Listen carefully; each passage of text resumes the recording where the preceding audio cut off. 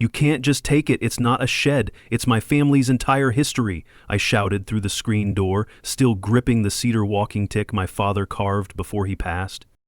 I hadn't planned on starting my day arguing with 2 HOA board members and a clipboard-wielding stranger claiming to be a compliance officer, but there they stood, shiny SUV still running in the gravel driveway, eyes darting from my old chimney to the fence posts like they were on a demolition scout mission. "I'm Nolan Briggs. This cabin isn't just where I live, it's where I remember. My father built it with his bare hands in 1968. He was a decorated war vet, and this was the only place he ever said he felt safe. My sister and I grew up here every summer, fishing at dawn, splitting wood in the cold, listening to his stories around the stone fireplace. He died 4 years ago, and I swore on that fireplace I'd never let anyone touch what he left us. Before I get into the story, tell me where you're watching from. And don't forget to hit that subscribe button if you believe in standing up for what's yours." Anyway, that morning they were already mid-sentence when I opened the door. "This structure here appears to be unregistered," said the clipboard guy, pointing at my woodshed like it was a meth lab. "And that perimeter fence is beyond allowed height codes." "Allowed by who?" I asked. "This isn't a gated suburb, it's private woodland." Margot Vance, the woman standing slightly behind him, expensive blazer, forced smile, the self-importance of someone born for PTA power, chimed in with that high-pitched HOA tone. "We're simply ensuring safety and harmony for everyone under the neighborhood charter. You are aware you're within jurisdiction now?" I wanted to laugh. Jurisdiction?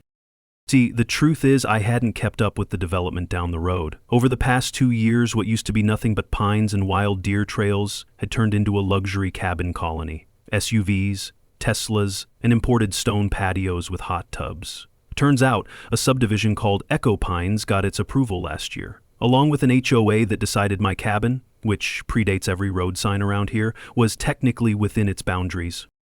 Margot looked at my porch swing like it personally offended her. "We'll be mailing the first notice this week. You'll need to submit structural records, height exemptions, and septic proof. And we'll need a formal inspection for safety." Right then, I felt it. That old sting of being spoken to like I was beneath someone. It wasn't the first time. My father used to say, "Some folks wear power like a badge, others wear it like a blindfold." Margot, she wore it like a designer belt, loud and smug. But I didn't yell. Not yet. I just pointed to the maple tree near the edge of the cabin. Wide trunk, roots wrapped around a half-buried horseshoe. "See that tree?" I said quietly. "My dad carved our names into it the summer after his heart surgery. I was 16. He said if I ever forgot who I was, that tree would remind me." She blinked. "I'm sorry." I stepped down the stairs slowly. "You're not just coming after a cabin, you're coming after him, after everything he gave up just to sit on this porch and breathe in peace." Margot paused, then smiled that empty HOA smile. "We all have stories, but rules are rules." They left with the usual threats, inspection deadlines, penalty warnings, the phrase "ongoing violations" floating behind them like cigarette smoke. I watched their SUV roll off the gravel path and disappear behind the trees. Inside, I sank into the old recliner, Dad's chair, and picked up the folded map I kept in the coffee table drawer. The ink was faded, edges torn, but the spot marked Briggs' cabin was still clear. A hand-drawn compass in the corner reminded me he always said, "North never lies, son. Follow it when people do." That night I couldn't sleep. I stood outside by the maple tree, hand on the carved initials, JB plus NB plus CB. I whispered to the bark, "Don't worry, they're not taking this." I didn't know exactly how yet, but I knew this fight wasn't about a fence height, it was about legacy, and I don't lose legacy. The maple tree stood silent behind me as the morning sun slid through the pines. I hadn't slept. I don't think I even blinked. Every creak of a twig outside, every rustle in the woods had me on edge. Like I was waiting for a second wave to arrive. And it did. 3 days after Margot and her clipboard minion left, I got the first envelope. It wasn't mailed. It was taped to my front door. HOA letterhead at the top, all caps in red at the bottom. Onus of non-compliance. Violation 1, unapproved structure. They marked the firewood shed, the one Dad built in '89. Inside the envelope was a checklist: chimney inspection certificate, plumbing retrofit report, fire clearance from the county, and a form labeled accessory structure removal timeline. I sat at the kitchen table rereading the language. It wasn't written like a warning, it was written like a countdown. The coffee was still brewing when I heard tires on gravel again. I opened the door slowly, not eager for another fake inspection. This time it wasn't Margot, it was Callie, my younger sister. Ponytail, gas station coffee in hand, and that no-nonsense look she inherited straight from her mom. "Am I really starting this garbage again?" she asked without even saying hi. I held up the letter. She took one look and let out a breath through her nose. "You know what this is, right?" "It's not about rules, it's about control. You're not one of them. You never were. You think they want their summer wine tastings next to a stack of split logs and a tin roof that doesn't match the brochure?" She walked in without asking, put her keys down, and started pacing. Callie's the kind of person who doesn't explode. She simmers. I told her everything: Margot's inspection threats, the fence height nonsense, the septic tank claim they hadn't even inspected. "They'll bleed you with paper until you cave," she said, looking at the map on the wall. "This is like when they tried to shut down the old boathouse in town for being visually disruptive to the lakefront condos." "Yeah, but that was public property," I reminded her. "This isn't about property, it's about intimidation." We sat in silence. She looked around, eyes landing on the fireplace, still full of unburned logs from the last cold snap. "You remember what Dad used to say whenever he'd get one of those dumb county surveyor letters?" I nodded. "If the wind blows hard enough, build with stone." Callie tapped her coffee cup. "Then start stacking." I spent the rest of that day taking photos, not for social media, for documentation. Fence line, chimney, septic tank cap, even the swing Dad hung between the trees. I wanted a timestamp for everything. I uploaded the pictures to a private drive, labeled every file. If they wanted a fight, I'd make sure every nail and board was accounted for. But they weren't done. 2 days later, another letter came, this time inside the mailbox. This one listed Violation 2, excessive, outdoor storage under Section 14.8. They were talking about the chopped wood. I'd kept it stacked, neat, under a tarp, just like my father taught me, but now it was unsightly. Callie stared at the letter and shook her head. "You could have a granite fountain out front, and they'd say the water made too much noise." I laughed, but it wasn't funny. It was hollow. I was starting to see the pattern. It wasn't about any one thing. They were looking for pressure points, hoping I'd slip up, get angry, violate something real. But I had no intention of giving them that satisfaction. Instead, I installed 2 new trail cams, one facing the driveway, one aimed at the shed. Motion activated, 1080p, night vision. If they so much as stepped foot on this land again without a warrant, I'd have proof. That night, while reviewing the footage just to test it, I caught a flash. Headlights slowing near the tree line. The SUV lingered. Windows up, someone inside. They didn't get out. Just sat there in the dark, watching. And I knew without even seeing the face, it was Margot. This wasn't policy, it was personal. And she had no idea how bad she'd messed with the wrong man. I didn't sleep that night either. The memory of those headlights lingering at the edge of the woods sat heavy on my chest. It wasn't fear, it was the feeling of being stalked. Like I was prey and Margot was circling, waiting for me to misstep. So when the knock came the next morning, I didn't flinch. I was already standing by the window, boots laced, coffee half drunk. The moment I opened the door, I clocked the badge. 2 deputies stood on the porch. The younger one adjusted his vest like it was too tight. The older one kept his eyes on the tree line behind me. "Mr. Briggs?" the younger one asked. "That's me. We're responding to a report of unauthorized dwelling activity and a potential safety hazard on the premises." I didn't answer right away, just held his gaze. "You mean my house?" He glanced at his notepad. "Cabin, technically. According to a complaint filed yesterday by the Echo Pines Development Association, this structure may be in violation of local occupancy codes." "Let me guess," I said. "Margot Vance sent you?" The older deputy finally spoke. "We're just following up. Mind if we take a quick look around?" I stepped outside and shut the door behind me. "You got a warrant?" "No, sir." "Then I do mind." The younger deputy hesitated. The older one scratched his beard and said, more quietly, "You're not the first. HOA's been reporting a lot of fringe dwellings since the expansion started." That's when I saw Reed Talbot, Margot's favorite clipboard carrier, parked halfway up the gravel drive, arms crossed, watching from the hood of his Prius. He didn't move when the deputies turned around, didn't speak, but there was something in his eyes, tight around the corners. Guilt, maybe, or discomfort. He was gripping his own elbow like he needed to hold himself together. The older deputy turned back to me. "We'll file this as contact made, no further action taken. But, sir, just be careful. You've clearly struck a nerve." "Appreciate the warning," I said. They walked off without another word. Reed stayed put a few moments longer, then quietly slid into his car and drove off like a ghost retreating into fog. Back inside, I sat at the table, let the silence settle. Then, I picked up my phone and called Callie. "They might send cops," I said flatly. "What? They're playing dirty now."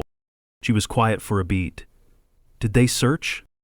"No, but Reed was watching the whole thing." Callie exhaled sharply. "You think he's cracking?" "I think he's wobbling," I said, "and if he's wobbling, that means he's seen something he can't defend." I didn't trust Reed, but I knew people like him. The ones who weren't cruel by nature, just cowards by design. They signed papers and looked away until one day someone got hurt and their silence started to itch. I needed to keep pressure on that itch. That evening I went to the shed, not to fix anything, just to be seen. I made a show of measuring the posts, scribbling in a notepad, speaking out loud about dimensions and permits to no one in particular. And right on cue, I spotted Reed walking his dog on the trail behind the property line. He paused for a moment too long. I didn't say a word, just nodded. He didn't wave back, but his dog tugged him forward, and he moved, jittery, like someone trying to outrun his own conscience. Inside the shed, I dusted off the old metal cabinet where Dad used to keep his war medals, maps, and property documents. The key was still on the nail behind the hammer.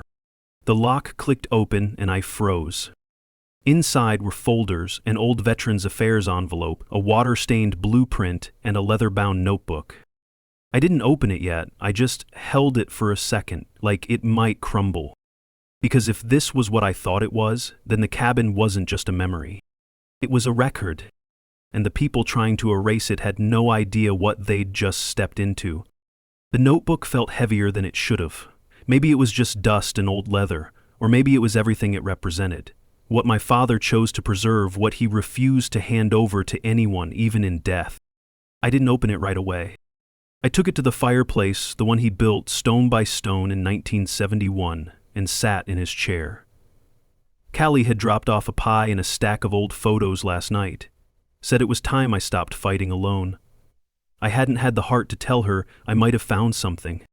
When I finally unbuckled the leather strap, the first page greeted me in Dad's sharp block letters. Cabin log. Begin 1980. Briggs Homestead. Not for outsiders. Each page was dated. Entries about weather, supply runs, repairs. But by page 12, things shifted. August 9, 1982, Charlie brought his brother. Said it was safer to meet here than town. Makes sense. Told him we'd keep the porch light off until they were sure it was clear. Charlie. That had to be Charlie Drennan, the old city councilman. He passed a few years back, but I remembered him. Used to bring fish when he visited. Another entry. April 5, 1984. The vet group met here again. Talked about writing letters to the state. Said we need to preserve more land like this, not just fight for it. I kept reading, flipping pages like each one might catch fire if I didn't turn it fast enough. This cabin, it hadn't just been a home. It was a meeting place, a refuge, a base for community organizers, veterans, even writers my father hosted. Some names were just initials, but a few were familiar, old names from local history books. There was a Polaroid tucked into one page, 3 men standing by the fireplace, including Dad. One of the others wore a mayoral pin. The back read, April 1986 Memorial Prep. I sat back. My father had said the cabin mattered, but I never realized how deep those roots went. A soft knock pulled me from the moment. It was early evening. The kind of golden hour where light filters through the woods like it's searching for something. When I opened the door, Reed Talbot was standing on the porch. Not clipboard in hand, no smug stance, just hunched shoulders and eyes that didn't meet mine. I didn't say a word, just crossed my arms. He looked down at the steps. I was never okay with the cops. Silence. She told me it was protocol, he continued, Margot, that it was safer if they came in first, said you had, what did she call it? Unpredictable tendencies. I almost laughed. Unpredictable, like chopping wood or drinking black coffee. He looked genuinely ashamed. They're planning a full inspection, unannounced, said they'd escalate compliance if necessary. Meaning, legal force if you resist. I narrowed my eyes. And you're telling me this because? His hands trembled slightly as he reached into his coat. He pulled out a folded paper. Board meeting minutes. He placed them on the porch rail. I think I joined the wrong side, he muttered. Then he turned and left. I watched his car disappear through the trees. Back inside, I unfolded the paper. Margot's name was everywhere. Cabin perimeter, code enforcement, clearance of legacy exemptions. It wasn't just about me. It was about setting precedent. If they could erase my father's legacy, they could do it to anyone else who stood in their way. I placed the meeting minutes next to Dad's journal. Both were proof, one from the past, one from the present. And I had a feeling I was only scratching the surface. Before bed, I stepped out onto the porch. The light from the old lantern above the door buzzed softly. Out near the maple tree, the wind moved the leaves just enough to make them whisper. And I whispered back, I found it, Dad. I found what you hid. The fight wasn't just mine anymore. The next morning, the notebook and Reed's meeting minutes still sat side by side on my kitchen table, one handwritten in pencil, the other typed in legal jargon. I hadn't moved them. Didn't need to. Just having them there made the cabin feel armed, like something finally had my back. But I wasn't done looking. Dad was meticulous. He never kept everything in one place. He used to say, hide anything worth keeping in a spot boring enough to be ignored. I had a feeling I knew where that spot might be. So after breakfast, I grabbed a flashlight, opened the back door, and stepped down into the one part of the cabin I usually avoided, the basement. Calling it a basement was generous. It was more of a crawl space with ambitions. The stairs creaked with every step, the air shifting colder with each foot downward. Cobwebs hung like curtains, dust kicked up around my boots. The light bulb on the ceiling flickered twice and gave up completely. I clicked on my flashlight. The beam cut a shaky cone through the dark, landing on shelves stacked with old paint cans, empty jars, and wood scraps too bent to be useful. Then I saw it. Tucked behind the water heater under a mildew-stained tarp was a dented army green metal box, the kind with two clasps and a handle, like something dragged across a battlefield and forgotten. I pulled it out, the metal groaning like it hadn't been moved in years.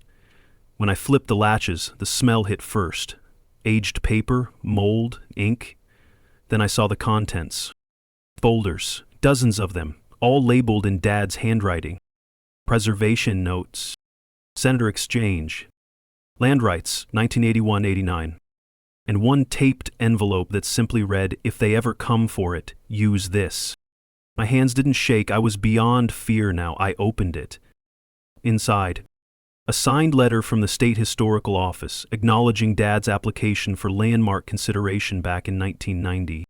A typed timeline of events that had taken place at the cabin between 68 and 87. 3 handwritten affidavits from local vets confirming meetings, events, and community work held here. A map with the words, Origins Briggs Claim Boundaries 1946. It was all real, not myth, not sentiment. This cabin had standing. It had documentation. My father had tried to get it protected decades ago. He just never finished the process. And now, that job fell to me. As I stood there in the stale basement air, flashlight in one hand, envelope in the other, something shifted. The fight wasn't just about resisting the HOA anymore. It was about honoring this work. My father's unfinished battle to make sure the land meant something beyond fences and forms. I took everything upstairs and laid it out on the floor in the living room. It looked like evidence from a trial, because that's what it was. History on paper. legacy in ink. Callie arrived not long after, saw the spread, and froze. "You found it," she whispered. "All of it," I said. Dad wasn't just defending property, he was protecting a story. She knelt down, picked up the map, her fingers tracing the original boundaries. "Look at this, if this is still valid, it means Echo Pines built right up to and possibly over protected land." She looked up at me, eyes wide. "You could bury them with this." I didn't smile. I didn't need to. The moment had its own weight. That night, while she scanned everything into a digital archive, I sat on the porch again, lantern humming above, cold creeping in around the edges of the door. The maple tree stood there, watching, waiting. I looked at it and said softly, "The story's not buried anymore." By morning, the living room looked like a crime board, folders open, notes pinned to the corkboard from Dad's old tool shed, a scanned copy of the Briggs boundary map taped to the wall beside the fireplace. Callie had printed 2 full binders worth of labeled documents. She hadn't slept either. But now we had a weapon. We just needed someone who knew how to use it. So, I made a call. Her name was Marcia Delaney, an old acquaintance of mine from years back. Preservation law. The kind of attorney who wore denim to court and had a reputation for making real estate developers cry in depositions. We'd gone to high school together. She knew Dad, knew what this place meant. When she picked up, I didn't waste time. "I need you to help me stop a demolition before it starts. I have documents, land records, veteran affidavits, and I think this cabin qualifies for federal landmark protection." She didn't say much, just, "Text me the GPS pin, I'll be there by noon." By 11:45, her truck rolled into the driveway, dust trailing behind her like smoke from a signal fire. Marcia stepped out in boots, black jeans, and a leather satchel, already half unzipped. "Let's see what they're messing with," she said without greeting. We went inside. She didn't sit, just hovered over the table, flipping through every folder with quick, practiced hands. "You realize what this is?" she asked, eyes still on the pages. "I'm starting to. You have enough here to trigger a temporary protection status through the State Historical Office. Maybe even push it into national registration if we can prove the civic importance." "We can," Callie added. "Names, events, even political figures. This was a community site." Marcia stopped flipping and looked at me. "You were going to let them bulldoze this?" "I was going to fight with my hands, but now I've got paper." She smiled. It wasn't warm. It was sharp. The kind of smile you see in the courtroom before someone pulls the rug out from under a corporate giant. "We'll start the filings, and you're going to need more eyes on your side." That night, we sat around the dining table, eating leftover chicken and making a witness list, names from the old Polaroids, 2 veterans still alive in the county, even a former state councilman that Callie remembered Dad once hosted after a town hall. We were building a net, not to catch anyone, to expose them. Then, just after 10, I heard something. A soft thud near the front steps. I stepped outside, flashlight in hand. There on the porch was a sealed manila envelope, no return address. Inside, a blurry black and white photocopy of a document labeled Internal Memorandum, Echo, Pines Development, Structure, Removal, Plan, Draft. The footer listed the name, M. Vance. Margot? She was planning full removal, coordinated, with contractors, permits pending. My pulse didn't spike, my hands didn't shake. I just smiled. Because now, this wasn't just harassment, it was premeditated destruction, with her name on it. Back inside, I placed the envelope on top of Dad's journal, then walked out to the porch. The air was crisp. The maple tree stood still, moonlight brushing over its carved bark like a signature. That tree had been here long before Margot's poolside committees. It had seen storms, wars, births, deaths, and now it stood as witness to something else, a reckoning in progress. I placed my hand on the trunk where our initials were carved, JB, NB, CB, and whispered, "It's all coming together, Dad. One more piece, and they won't touch this place again." The manila envelope from Margot sat heavy on the kitchen table, its edges curling slightly from the damp night air. I traced her name printed in bold on the bottom, M. Vance, and felt a cold certainty settle over me. This wasn't just a bluff anymore. With Marcia's guidance, it was time to stop reacting and start controlling the narrative. The first step was gathering evidence, hard proof that couldn't be brushed aside. I hooked up my GoPro to the porch roof, angling it toward the driveway and the woodshed. Motion-activated 4K resolution, night vision enabled. The camera's small red light pulsed, a silent sentinel keeping watch. Callie set up a cloud drive to back up everything remotely. Next, we scoured the filing cabinet and Dad's attic for anything that might bolster our claim. That's when we found the yellowed newspaper clipping. Cabin serves as veteran memorial and community hub. The photo showed Dad shaking hands with a senator on the porch, a crowd behind them waving flags. Marcia nodded approvingly. This is gold. It ties the cabin to public interest, not just private property. We printed copies, tucked them into folders labeled Historic Evidence and Community Support. Meanwhile, I began piecing together a timeline of every HOA contact, letters, warnings, threats, and matched them to the mounting evidence of their unlawful attempts to seize the property. But I knew that wouldn't be enough. We needed a trap. Callie suggested something clever: record Margot and the board in their natural habitat. So one afternoon, we positioned a small recorder inside the nearby community hall, where the HOA held its monthly meetings. Weeks of static and murmurs passed before we got a break. "Vance's orders," came Margot's clipped voice on the tape. "We push until Briggs cracks, make the threat real, cops, fines, whatever it takes." "And if he resists?" a board member asked. "Then we escalate, legal force is authorized." The room fell silent for a beat, then murmurs of agreement. Hearing her voice, cold and calculating, was like opening a wound I'd been bandaging for months. But now, with proof in hand, I could fight back publicly. Back at the cabin, we installed motion sensor floodlights and hidden microphones on the property line, not to intimidate, just to document. Every rustle, every suspicious visitor, every murmur of plan or threat would be captured. As the days passed, the cameras picked up more than just animals: cars pulling in and out late at night, shadows moving with purpose. One evening, a delivery truck, labeled Echo Pines Contractors, pulled onto the driveway and lingered by the fence line for nearly an hour. I recorded it all. Marcia was already drafting a formal complaint to the county, detailing the harassment, the threat of demolition, and the evidence we were compiling. She'd told me, "Nolan, this isn't just about saving a cabin, it's about holding a corrupt HOA accountable." I looked out at the maple tree, illuminated by the floodlights, its bark rough and scarred, yet standing firm. The initials we'd carved as kids seemed to glow in the night, silent witnesses to a fight that was no longer just mine. This was war on paper, on camera, and in spirit. And I was ready to see it through. The glow from the floodlights cast long shadows across the porch as dusk settled in. The maple tree's rough bark stood firm in the light, a reminder that some things withstand time and storms alike. I ran my fingers over the carved initials, feeling the weight of generations. Callie and I had been working non-stop. The months of gathering evidence were finally turning into something real, something powerful.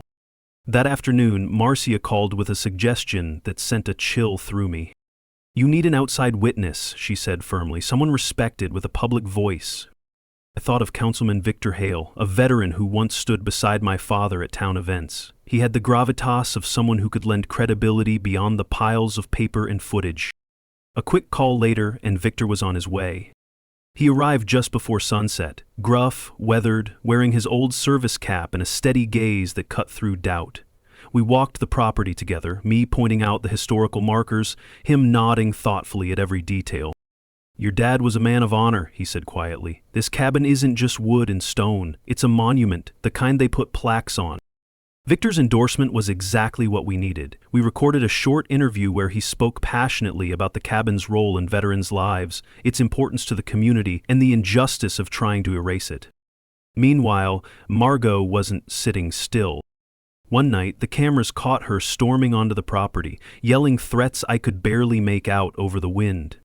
"You'll regret this," she spat. "We're coming for that cabin, and there's nothing you can do." I played the footage for Marcia the next day. She smiled grimly. Perfect. Perfect? Proof of harassment, direct threats, gold for court. I doubled down on the legal filings, restraining orders against Margot, formal complaints about the illegal surveillance. Every letter was carefully logged, every meeting carefully recorded. The community was watching now. Neighbors who had been silent began dropping by, offering quiet support. One woman brought fresh flowers for the porch, another left a basket of homemade bread. The line between opponent and ally was shifting. But the fight wasn't just legal, it was personal. One afternoon, while reviewing emails, Callie gasped. "Look at this." Margot had sent an internal HOA email outlining a compliance escalation plan, including calls to local law enforcement, scheduled inspections, and potential eviction orders. It was a playbook for destruction, signed and sealed. I felt a surge of something fierce. Not fear, but determination. Margot was no longer just an obstacle. She was the enemy, and I was ready to face her head-on. Days blurred into one another, the cabin's walls absorbing every whisper of tension that seeped from the surrounding woods. Margot's threats grew louder, but something was shifting beneath the surface. Something I hadn't expected. Late one afternoon, as the golden light faded, the porch creaked softly. I looked up to see Reed Talbot approaching, hands shoved deep into his jacket pockets, eyes darting nervously. He stopped just shy of the door, as if weighing every word before crossing the threshold. I didn't invite him in, but I didn't send him away either. He started, voice trembling slightly. "Look, Nolan, I can't keep this to myself anymore." I raised an eyebrow, crossing my arms. "Speak, then." He exhaled, glancing around as if expecting shadows to listen. "Margot's been lying about everything, about the inspections, the violations. She doctored documents to make it look like you were non-compliant. And there's more. Meeting recordings, emails, internal memos, stuff that could blow the whole thing wide open." I swallowed hard, heart pounding. "Where is it?" I asked. He hesitated, then pulled a small, weathered flash drive from his coat pocket and extended it. I kept backups. Secret recordings from board meetings. You didn't hear it from me. I took it without hesitation. "Where are you helping me?" I pressed. His gaze dropped. "Because this isn't right. I joined to help the community, not to cover up this kind of abuse. I'm done being part of it." The weight of his confession settled between us. It was a risk, for both of us. Inside, I plugged the flash drive into my laptop, fingers steady despite the rush of adrenaline. The files played, Margot's voice clear and unyielding, barking orders to fabricate violations, to intimidate, to push me off the property by any means necessary. "You want that cabin gone," she said coldly. "Nobody stands in my way." Paused the playback and looked at Reed. "You've just handed me the key to the whole damn operation." He nodded solemnly. The next few days were a whirlwind. Marcia reviewed the recordings, her eyes narrowing as she cataloged every incriminating word. "Rushing so fast. This is beyond evidence," she said. "This is a smoking gun." We prepared a report, combining the flash drive files with our other collected evidence, the affidavits, the historic documentation, the surveillance footage. The community began to sense the tide turning. Neighbors who had once been wary now approached with quiet encouragement. The woman who left bread brought over cookies. A few stopped by to help repair the fence. A fence Margot had claimed was illegal. Through it all, the maple tree stood witness in the fading light, its carved initials now a symbol of resistance. One evening, as I sat alone on the porch, I felt the first real breeze of hope in months. Reed's confession had cracked the foundation of Margot's campaign. She might have started this fight thinking she was untouchable. But the truth, our truth, was about to set everything straight. The morning light filtered through the curtains, casting a calm glow on the kitchen table stacked with files, printed emails, and photographs. Everything was ready, an arsenal of truth meticulously organized to fight a battle that had gone on too long. Marcia sat beside me, her laptop open, fingers poised over the keyboard. The silence between us was charged, not with tension, but with focused determination. "This is it, Nolan," she said softly. "We submit this to the county clerk today. Everything from the historic affidavits to Reed's recordings. It's our final stand." I nodded, feeling the weight of years and memories pressing into the moment. Dad's cabin was more than wood and nails. It was a testament to resilience, a beacon of legacy that no paper or threat could erase. Before leaving, I took a moment to visit Dad's grave. The grass was freshly cut and the stone gleamed softly in the morning sun.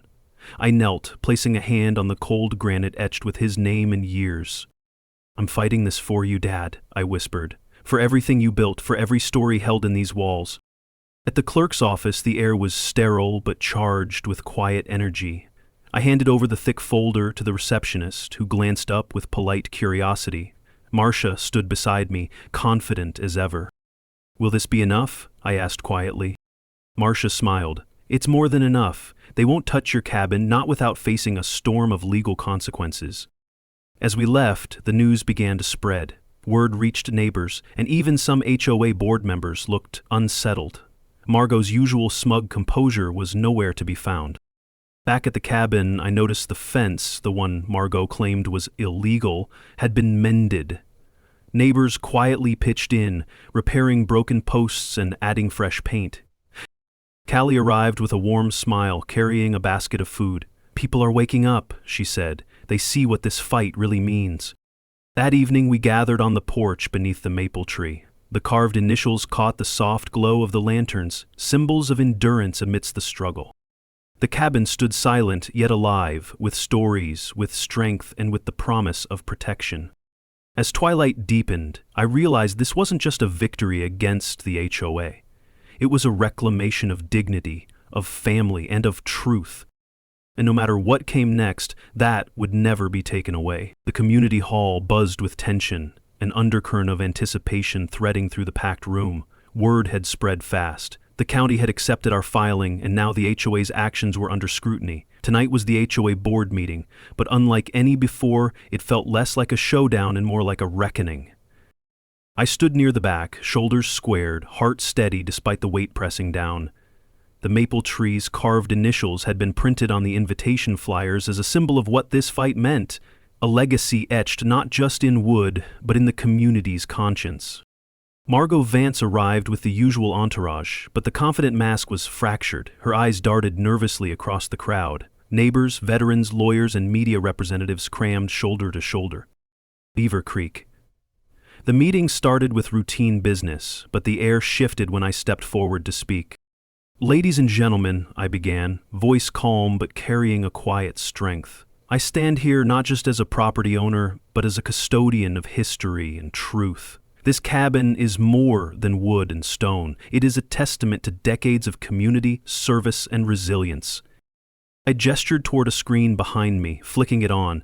Video footage played, the hidden recordings of Margot ordering intimidation tactics, the surveillance of our property, her own voice admitting to fabricating violations. Gasps rippled through the crowd, Margot's face drained of color. I continued. "For months, we gathered evidence, not just hearsay, but proof of a campaign to erase a legacy that belongs to all of us." A hand shot up from the crowd. It was Councilman Victor Hale, standing tall and resolute. "I've known Nolan Briggs's family for years," he said, voice ringing clear. "This cabin served as a sanctuary for veterans, a place of honor. The HOA's actions dishonor that memory, and our community." Neighbors nodded, some pulling out phones to record. The weight of years of whispered doubts lifted into loud acknowledgement. Margot tried to interject, her voice shaky but sharp. "This is an abuse of power. These accusations are baseless." The sheriff's deputy stationed by the door stepped forward, blocking her exit. "Please remain seated, ma'am. We're reviewing the evidence." The room fell into a heavy silence. Margot sat, defeated, while I felt a wave of quiet victory wash over me. When the meeting adjourned, people approached me, some with tears, others with firm handshakes. Old neighbors I hadn't spoken to in years thanked me for standing firm. Veterans saluted silently. As I stepped outside into the cool night, the stars above seemed brighter than I had ever noticed. The cabin wasn't just saved, it had become a beacon, a symbol of community standing against injustice. And standing there beneath the dark silhouette of the maple tree, I knew this fight had changed more than just property lines. It had reclaimed dignity. It had restored truth. And it had reminded us all that sometimes standing your ground means holding the past close enough to protect the future. The morning after the meeting, the neighborhood felt different. as if the air itself had shifted, lighter and charged with possibility.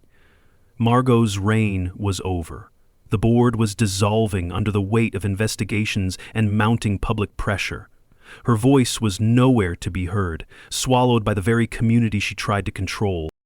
I stood on the porch, hands resting on the weathered railing, looking out over the land that had belonged to my family for generations. The maple tree caught the first light of dawn, its carved initials, JB, NB, CB, a silent testament to the battles fought and won. Neighbors began arriving, some with tools, others with flowers, and a few just to say thank you. The old fence, once a point of contention, was patched up and painted fresh. A local craftsman brought a wooden plaque, hand-carved and polished, engraved simply, Briggs Family Cabinest, 1968, protected by legacy and law. Callie joined me on the porch, her smile genuine and soft. "You did it," she said quietly. "We did it," I corrected. This was never about me alone. The cabin, once threatened by bureaucracy and greed, now stood as a symbol not just of family, but of community resilience and the power of standing firm. That afternoon, I walked the property with a new sense of peace. The creek by the edge, the wildflowers blooming near the old shed, even the rustle of the wind through the pines, all carried a promise of continuity. The battle had been hard, the threats, the court filings, the tension that stretched over months. It had tested every ounce of patience and resolve. But the victory was more than legal. It was personal. Sitting back on the porch swing, I whispered to the maple tree, "Legacy isn't just what we inherit. It's what we protect." And in that moment, the past and the future felt connected, held together by roots stronger than any fence or fine. Hey, if you've ever faced a fight like this, against unfair rules, overreaching neighbors, or just standing up for what's right, I want to hear your story. Drop a comment below, tell me where you're watching from, and share your own struggles or victories with HOAs. Because every story matters, and together we make sure no one faces these battles alone.